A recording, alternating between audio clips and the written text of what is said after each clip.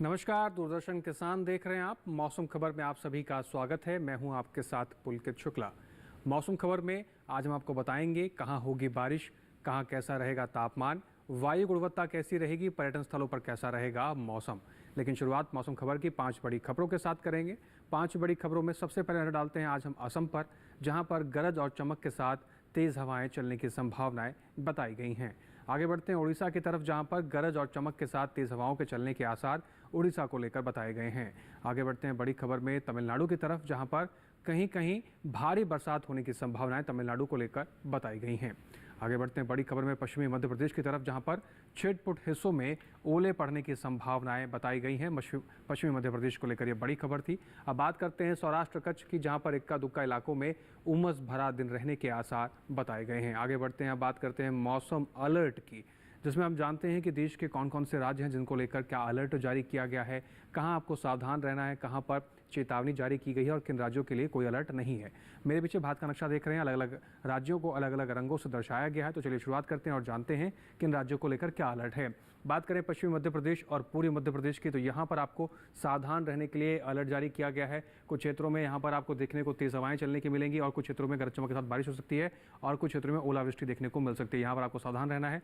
बात करें छत्तीसगढ़, उड़ीसा, तेलंगाना, तटीय आंध्र प्रदेश, रायलसीमा, यहाँ पर आपको नजर बना के रखनी है। कुछ क्षेत्रों में तेज हवाएं चलेंगी, कुछ क्षेत्रों में हल्की फुल्की छिटपुट बारिश आपको देखने को मिल सकती है। पूर्वोत्तर राज्यों में हिमालय, पश्चिम बंगाल, सिक्किम, असम, मेघालय तेज हवाएं चलने की संभावना है, हल्की फुल्की बारिश देखने को मिल सकती है। मराठवाड़ा, मध्य महाराष्ट्र, गुजरात की बात करें तो यहाँ पर भी आपको तेज हवाएं चलने की संभावना है, हल्की फुल्की बारिश देखने को मिल सकती है। कच्छ, सौराष्ट्र में सबसे उमस भरा दिन रहने वाला है, यहाँ पर आपको नजर बना के रखनी है। कोंकण, गोवा की बात करें, तटीय कर्नाटक, केरल, तमिलनाडु, भेती दक्षिण कर्नाटक, पुडुचेरी, रायलसीमा, तटीय आंध्र प्रदेश, तेलंगाना, मराठवाड़ा, यहाँ पर भी आपको नजर बना के रखनी है। कुछ क्षेत्रों में तेज गर्म हवाएं चलेंगी और आपको नजर बना के रखनी होगी। साथ ही साथ जिन क्षेत्रों के अंदर नजर बना के रखनी है और जहाँ पर गर्म हवाएं चलने की संभावनाएं, लू चलने की संभावनाएं हैं, वहाँ पर आप अपना ख्याल कैसे रखें।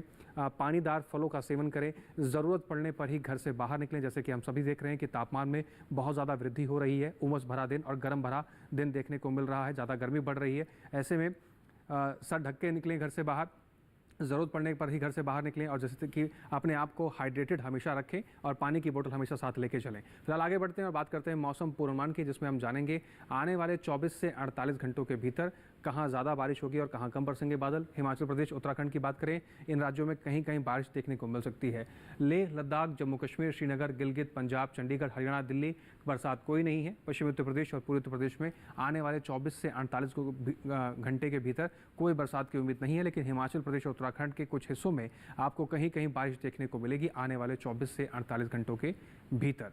इसके साथ ही पूर्वोत्तर राज्यों की बात करें तो अरुणाचल प्रदेश, असम, मेघालय, उप हिमालय, पश्चिम बंगाल और सिक्किम की बात करें तो यहाँ पर कई जगह बरसात होने की उम्मीद है। नागालैंड, मणिपुर, मिजोरम, त्रिपुरा कहीं कहीं बारिश देखने को मिल सकती है। बिहार, झारखंड, गांगे पश्चिम बंगाल में कहीं कहीं बारिश है। उड़ीसा की बात कर लेते हैं तो यहाँ पर भी कई जगह बरसात आपको देखने को मिल सकती है। बात करें अंडमान निकोबार की, तो आप देख पा रहे हैं अनेक स्थानों पर यहाँ पर बारिश हो सकती है आने वाले 24 से 48 घंटों के भीतर। साथ ही बीती दक्षिण कर्नाटक, केरल, बीती उत्तर कर्नाटक, तटीय कर्नाटक की बात करें तो अनेक स्थानों पर बारिश है। तमिलनाडु की बात करें, पुडुचेरी की बात करें, कई जगह बरसात है और रायलसीमा, तटीय आंध्र प्रदेश में कहीं कहीं बारिश देखने को मिल सकती है आने वाले 24 से 48 घंटों के भीतर। बात करें पश्चिमी राजस्थान, कच्छ, सौराष्ट्र की, तो कहीं कहीं बारिश देखने को मिल सकती है। गुजरात, पूर्वी राजस्थान, पश्चिमी मध्य प्रदेश, पूर्वी मध्य प्रदेश में कहीं कहीं बारिश है। विदर्भ, मराठवाड़ा, मध्य महाराष्ट्र, कोंकण और गोवा, दमन और दीव की बात करें तो बारिश है।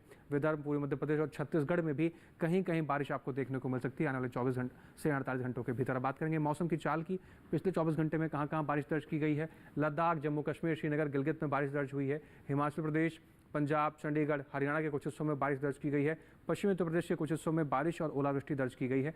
पूर्वी उत्तर प्रदेश के कुछ हिस्सों में बारिश दर्ज की गई है और पूर्वी राजस्थान की बात करें तो यहाँ पर भी कुछ हिस्सों में पिछले 24 घंटे के अंदर बारिश देखने को मिली है। मौसम का हाल पिछले 24 घंटे में इन राज्यों के अंदर कुछ इस प्रकार से रहा है, जहाँ पर बारिश ओलावृष्टि दर्ज की गई है। पूर्वोत्तर राज्यों की बात कर लेते हैं। अरुणाचल प्रदेश में बारिश दर्ज की गई है, नागालैंड में बारिश दर्ज की गई है, मणिपुर, मिजोरम, त्रिपुरा में बारिश दर्ज की गई है, मेघालय, असम के कुछ हिस्सों में बारिश दर्ज की गई है, उप हिमालय, पश्चिम बंगाल, सिक्किम के कुछ हिस्सों में बारिश दर्ज की गई है, बिहार और उड़ीसा की बात करते हैं तो यहाँ पर भी बारिश दर्ज की गई है। अब बात करते हैं दक्षिण भारत की, जहाँ पर आप देख पा रहे हैं अंडमान निकोबार में बारिश दर्ज की गई है, तटीय आंध्र प्रदेश में बारिश दर्ज की गई है, तेलंगाना के कुछ हिस्सों में ओलावृष्टि के साथ कुछ हिस्सों में बारिश दर्ज की गई है, रायलसीमा तमिलनाडु में बारिश दर्ज की गई है, केरल में बारिश दर्ज की गई है। बात करें लक्षद्वीप की तो आप देख पा रहे हैं लक्षद्वीप में बारिश दर्ज की गई है। तटीय कर्नाटक की बात करें तो यहाँ पर भी बारिश दर्ज की गई है। मध्य भारत का रुख कर लेते हैं, छत्तीसगढ़ में बारिश दर्ज की गई है, विदर्भ और पूर्वी मध्य प्रदेश के कुछ हिस्सों में बारिश दर्ज की गई है, कुछ हिस्सों में ओलावृष्टि हुई है। पश्चिमी मध्य प्रदेश, मराठवाड़ा के कुछ हिस्सों में बारिश के साथ ओलावृष्टि देखी गई है। मध्य महाराष्ट्र की बात करें तो यहाँ पर भी कुछ हिस्सों में बारिश के साथ ओलावृष्टि देखी गई है। गुजरात के कुछ हिस्सों में पिछले 24 घंटे के अंदर बारिश दर्ज की गई है। तो मध्य भारत में भी कुछ इस तरीके से पिछले 24 घंटे में मौसम का हाल रहा है।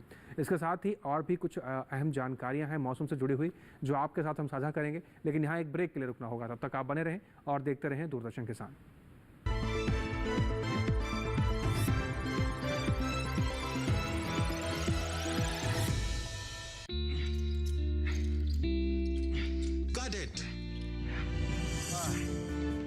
सोचिए, अगर असल जिंदगी में ऐसी हालत हो तो कितनी मुश्किलें होती हैं, लेकिन शुक्र है बैंकिंग के लिए नहीं। अगर आपकी उम्र 70 साल से अधिक हो या आप दिव्यांग हो तो बैंक आपको कुछ जरूरी बैंकिंग सुविधाएं घर बैठे बैठे दे सकता है। आरबीआई कहता है जानकार बनिए, सतर्क रहिए।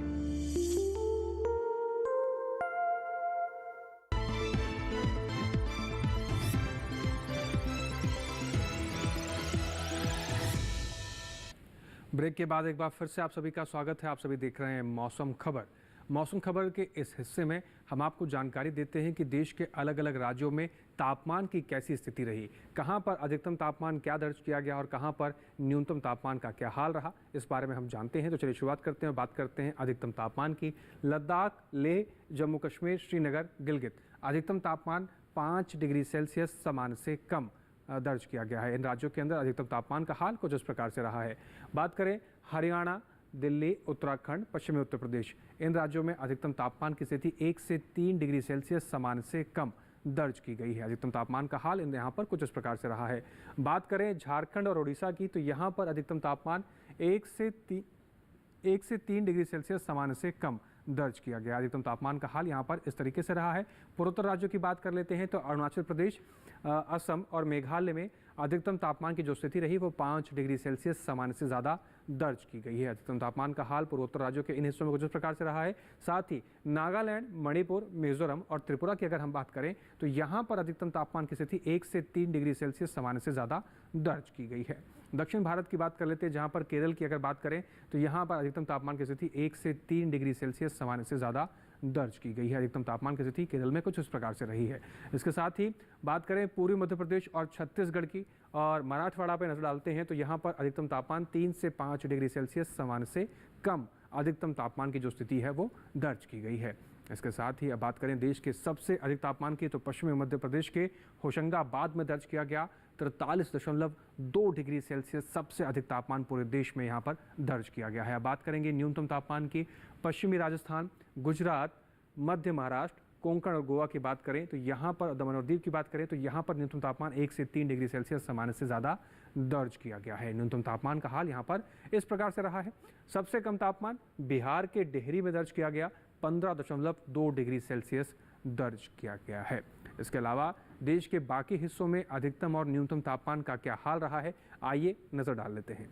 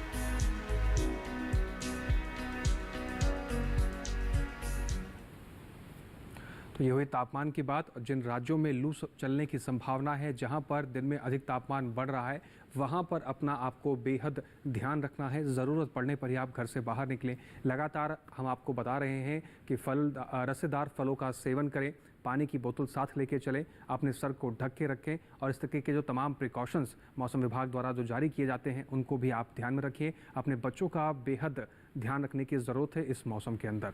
इसके अलावा कई और जानकारियां हैं मौसम से जुड़ी हुई जो आपके साथ हम साझा करेंगे, लेकिन यहाँ एक ब्रेक के लिए रुकना होगा। आप बने रहें और देखते रहें दूरदर्शन किसान।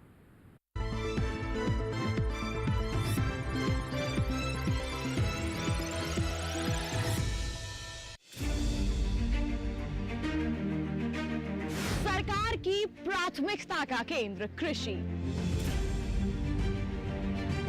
हर दिन नई इबारत, आत्मनिर्भर नया भारत। आधुनिक तकनीक और विज्ञान का मेल। किसानों की मेहनत है ये, नहीं है कोई आसान खेल। बीज से बाजार तक, अन्नदाता से खरीदार तक।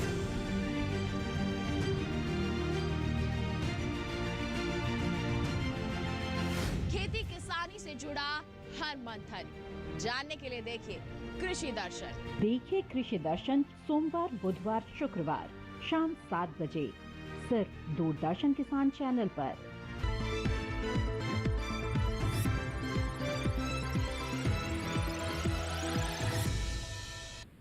ब्रेक के बाद एक बार फिर से आप सभी का स्वागत है। आप सभी देख रहे हैं मौसम खबर। मौसम खबर के इस हिस्से में अब हम बात करेंगे देश के अलग अलग राज्यों की वायु गुणवत्ता के बारे में। किस राज्य में वायु गुणवत्ता किस श्रेणी में दर्ज की गई है, इसके बारे में हम आपको जानकारी देते हैं। शुरुआत करते हैं राजधानी दिल्ली से। गुणवत्ता सूचकांक 331 दर्ज किया गया। वायु गुणवत्ता बेहद खराब की श्रेणी में दर्ज की गई है। बात करें लखनऊ की, गुणवत्ता सूचकांक 317 दर्ज किया गया। वायु गुणवत्ता यहाँ पर भी खराब की श्रेणी में दर्ज की गई है। नजर डालते हैं पटना पर। गुणवत्ता सूचकांक 275 दर्ज किया गया है, यानी पटना की वायु गुणवत्ता थोड़े से खराब की श्रेणी में दर्ज की गई है। नजर डालें बेंगलुरु पर। गुणवत्ता सूचकांक 127 दर्ज किया गया है, यानी बेंगलुरु की वायु गुणवत्ता संतोषजनक की श्रेणी में दर्ज की गई है। पुणे की बात करें, गुणवत्ता सूचकांक 125 दर्ज किया गया। पुणे की हवा भी वायु गुणवत्ता के अनुसार संतोषजनक की श्रेणी में दर्ज की गई है। हैदराबाद पर नजर डालते हैं। गुणवत्ता सूचकांक 138 दर्ज किया गया है, यानी वायु गुणवत्ता यहाँ पर संतोषजनक की श्रेणी में दर्ज की गई है। बात करें कोलकाता की, गुणवत्ता सूचकांक 83 दर्ज किया गया है, यानी यहाँ की जो वायु गुणवत्ता रही वो अच्छे की श्रेणी में दर्ज की गई है। नजर डालें मुंबई पर। गुणवत्ता सूचकांक 94 दर्ज किया गया। मुंबई की वायु गुणवत्ता अच्छे की श्रेणी में दर्ज की गई है। मुंबई के बाद बात करते हैं अहमदाबाद की। गुणवत्ता सूचकांक 100 दर्ज किया गया है, यानी अहमदाबाद का वायु गुणवत्ता अच्छे की श्रेणी में दर्ज किया गया है। अब बात करेंगे पर्यटन पूर्वानुमान की, जिसमें आपको बताते हैं कि भारत के प्रमुख पर्यटन स्थलों पर आने वाले 4 दिनों में मौसम कैसा रहने वाला है। शुरुआत जम्मू कश्मीर के श्रीनगर से करते हैं। मंगलवार बुधवार तेज धूप खिलने के आसार हैं। गुरुवार को बादल छाए रहेंगे, हल्की फुल्की धूप खिलने के आसार हैं। शुक्रवार को फिर से मौसम में परिवर्तन और तेज धूप खिलने के आसार बताए गए हैं। अधिकतम तापमान 24 डिग्री सेल्सियस से लेकर 28 डिग्री सेल्सियस तक जा सकता है। न्यूनतम तापमान 9 और 10 डिग्री सेल्सियस के आसपास जम्मू कश्मीर के श्रीनगर में आपको देखने को मिल सकता है आने वाले 4 दिनों के भीतर। बात करें राजधानी दिल्ली की, गुणवत्ता मंगलवार की बात करें तो तेज धूप खिलने के आसार हैं। बुधवार को काफ़ी तेज़ गर्म हवाएं चल सकती हैं। गुरुवार को फिर से तेज़ धूप खिलने के आसार हैं। शुक्रवार को फिर से यहाँ पर लू चलने की संभावना और तेज़ गर्म हवा चलने की संभावना बताई गई है। अधिकतम तापमान 41 से 44 डिग्री सेल्सियस तक जा सकता है। न्यूनतम तापमान की बात करें तो 27 से 28 डिग्री सेल्सियस तक न्यूनतम तापमान जा सकता है। लेकिन साथ ही साथ जिस तरीके से तापमान राजधानी दिल्ली में बढ़ रहा है, आप अपना ध्यान रखना बहुत ज़रूरी है। बात करें उत्तर प्रदेश के प्रयागराज की, मंगलवार बुधवार गुरुवार शुक्रवार चारों ही दिन तेज़ धूप खिलने के आसार हैं। अधिकतम तापमान 42 से 44 डिग्री सेल्सियस के आसपास देखने को मिलेगा। न्यूनतम तापमान की बात करें तो 27 से 28 डिग्री सेल्सियस तक आपको देखने को मिल सकता है। प्रयागराज को भी लेकर भी आपको अलर्ट रहना है। यहाँ पर भी आपको गर्मियों से बचने के प्रिकॉशंस इस्तेमाल करने हैं। लगातार पानी पीते रहिए, रसदार फलों का सेवन करते रहिए, अपने सर को ढक के आप घर से बाहर निकलिए। पश्चिम बंगाल की बात करें तो मंगलवार को बादल छाए रहेंगे, हल्की फुल्की धूप खिलने का आसार बताए गए हैं दार्जिलिंग में। बुधवार को बारिश होने की संभावना है। गुरुवार को फिर से मौसम बदलेगा, बादल छाए रहेंगे, हल्की फुल्की धूप खिलने के आसार है, शुक्रवार को फिर से बारिश होने की संभावना है।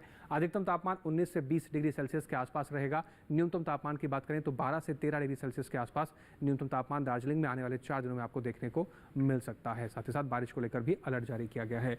नागालैंड की बात करें, नागालैंड के कोहिमा में मंगलवार, बुधवार, गुरुवार, शुक्रवार चारों ही दिन आप देख पा रहे हैं बारिश होने की संभावना बताई गई है। अधिकतम तापमान की बात करें तो 23 डिग्री सेल्सियस से लेकर 25 डिग्री सेल्सियस तक अधिकतम तापमान नागालैंड के कोहिमा में आने वाले 4 दिनों में जा सकता है। न्यूनतम तापमान की बात करें तो 14 से 15 डिग्री सेल्सियस के आसपास न्यूनतम तापमान आपको कोहिमा में आने वाले 4 दिनों में देखने को मिलेगा। चारों ही दिन यहाँ पर बारिश होने की भी संभावना बताई गई है। बात करें आंध्र प्रदेश के विजयवाड़ा की, मंगलवार, बुधवार, गुरुवार, शुक्रवार चारों ही दिन यहाँ पर भी बारिश होने की संभावना जताई गई है। अधिकतम तापमान की अगर बात करें तो 36 डिग्री सेल्सियस से लेकर 38 डिग्री सेल्सियस तक अधिकतम तापमान विजयवाड़ा में आने वाले 4 दिनों में जा सकता है। न्यूनतम तापमान 26 से 27 डिग्री सेल्सियस के आसपास आपको देखने को मिल सकता है विजयवाड़ा में आने वाले 4 दिनों के भीतर। साथ ही साथ चारों ही दिन यहाँ पर बारिश होने की आशंका भी जताई गई है।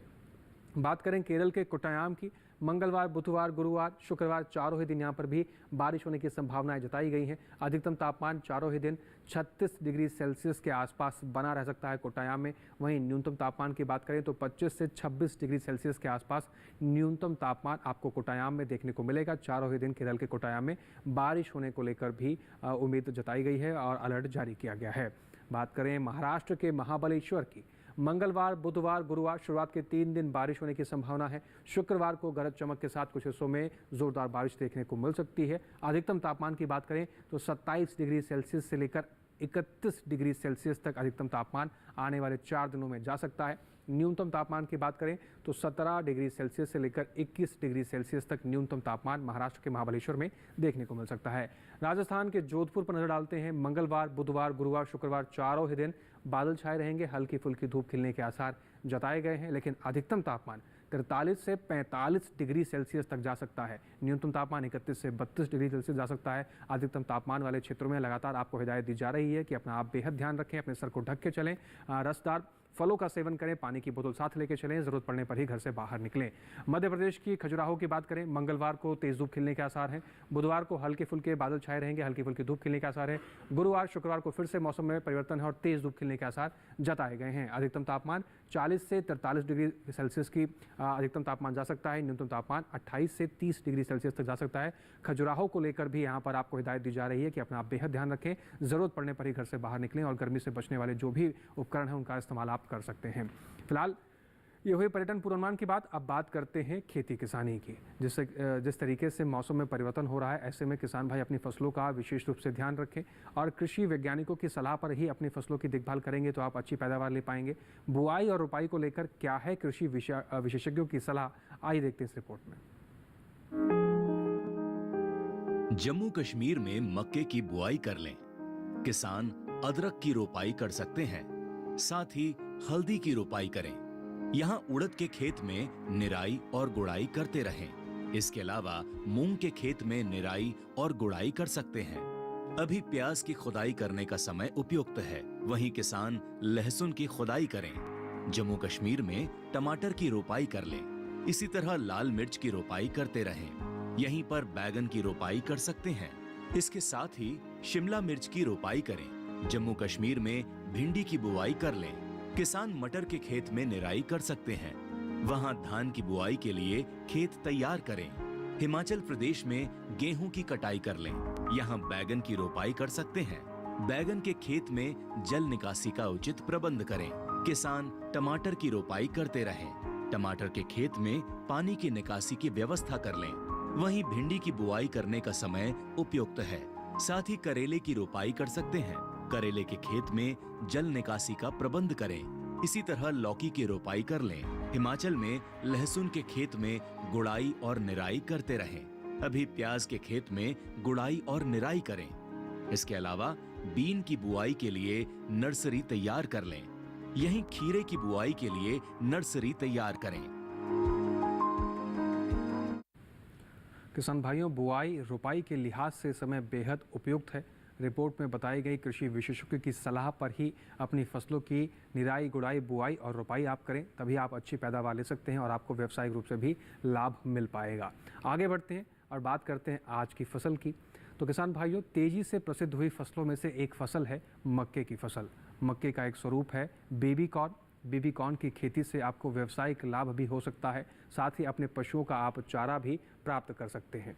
बेबी कॉर्न की खेती को लेकर क्या कुछ विशेष बातों का आपको ध्यान रखना चाहिए, आइए देखते हैं इस रिपोर्ट में।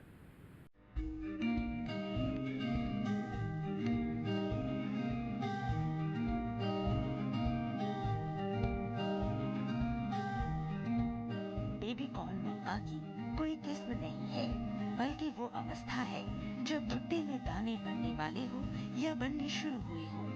इसका इस्तेमाल सलाद के साथ साथ सब्जी, खीर और हलवे में भी होता है। भारत में इसकी खेती मुख्य रूप से शहरों से सटे इलाकों में होती है। ये काफी पोषक है और शायद यही बढ़ती हुई मांग की वजह है।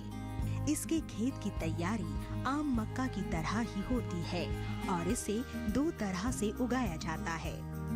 आदर्श अवस्था में 1 हेक्टेयर में 58,000 पौधे लगाए जाते हैं। इस पद्धति में स्वीट और बेबी कॉर्न दोनों ही प्राप्त होते हैं। दूसरी पद्धति में 1 हेक्टेयर जमीन पर पौधों की संख्या 2.25 लाख के करीब होती है। इसमें तमाम भुट्टे बेबी कॉर्न के रूप में इस्तेमाल किए जाते हैं। बेबी कॉर्न के लिए 1 हेक्टेयर जमीन पर 20 से 25 किलोग्राम बीज की जरूरत होती है। 1 हेक्टेयर के लिए 1.5 से 2 क्विंटल नाइट्रोजन 3 बार में डालना होता है। इसकी फसल अमूमन 50 से 60 दिन में तैयार हो जाती है। तुड़ाई पर खास ध्यान देने की जरूरत है, चूंकि भुट्टा बहुत तेजी से बढ़ता है, इसलिए इसे जितना जल्दी हो सके बाजार भेज देना चाहिए। सुबह का समय तुड़ाई के लिए उपयुक्त है। पौधों में बाल यानी झंडा निकलते ही तोड़ दें और 3 दिन में 1 बार तुड़ाई कर लेनी चाहिए। इस तरह एक फसल के लिए औसतन 7 से 8 तुड़ाई पर्याप्त होती है। 1 हेक्टेयर में 15 से 19 क्विंटल तक बेबी कॉर्न हो सकते हैं। भुट्टे तोड़ने के बाद पौधों को हरे चारे के रूप में इस्तेमाल किया जा सकता है। 1 हेक्टेयर से किसान को 250 से 400 क्विंटल तक हरा चारा मिल सकता है। तो बेबी कॉर्न की खेती आप करना चाहते हैं तो रिपोर्ट में बताई गई बातों का विशेष रूप से आप ध्यान रख सकते हैं। बेबी कॉर्न, जैसे कि आपको बताया कि एक मक्के की अवस्था है, इसमें काफ़ी सारे पोषक तत्व पाए जाते हैं। आजकल इसकी मांग भी बढ़ रही है। इसकी खेती करने से आपको व्यावसायिक लाभ तो होगा, साथ ही साथ आप अपने पशुओं के लिए चारा भी प्रबंधन कर सकते हैं। तो फ़ायदे भरी इस फसल की आप खेती कर मुनाफा कमा सकते हैं। इसके साथ ही आज के इस मौसम खबर में बस इतना ही। उम्मीद करते हैं कि मौसम खबर में दिखाई गई सभी जानकारियों से आपको उचित लाभ हो रहा होगा। मौसम खबर के इस कार्यक्रम को आप डीडी किसान के यूट्यूब चैनल पर भी देख सकते हैं। टेलीविजन स्क्रीन पर दिखाए जा रहे QR कोड को स्कैन कीजिए और सीधा डीडी किसान के यूट्यूब चैनल पर पहुंचकर मौसम खबर में दिखाई गई सभी जानकारियों को कहीं भी किसी भी वक्त बैठकर आप अपने मोबाइल फ़ोन पर भी देख सकते हैं। इसके साथ ही आज के मौसम खबर में बस इतना ही। फिर से होंगे हाजिर तमाम मौसम को लेकर अपडेट्स के साथ। तब तक आप बने रहें, देखते रहें दूरदर्शन किसान। नमस्कार।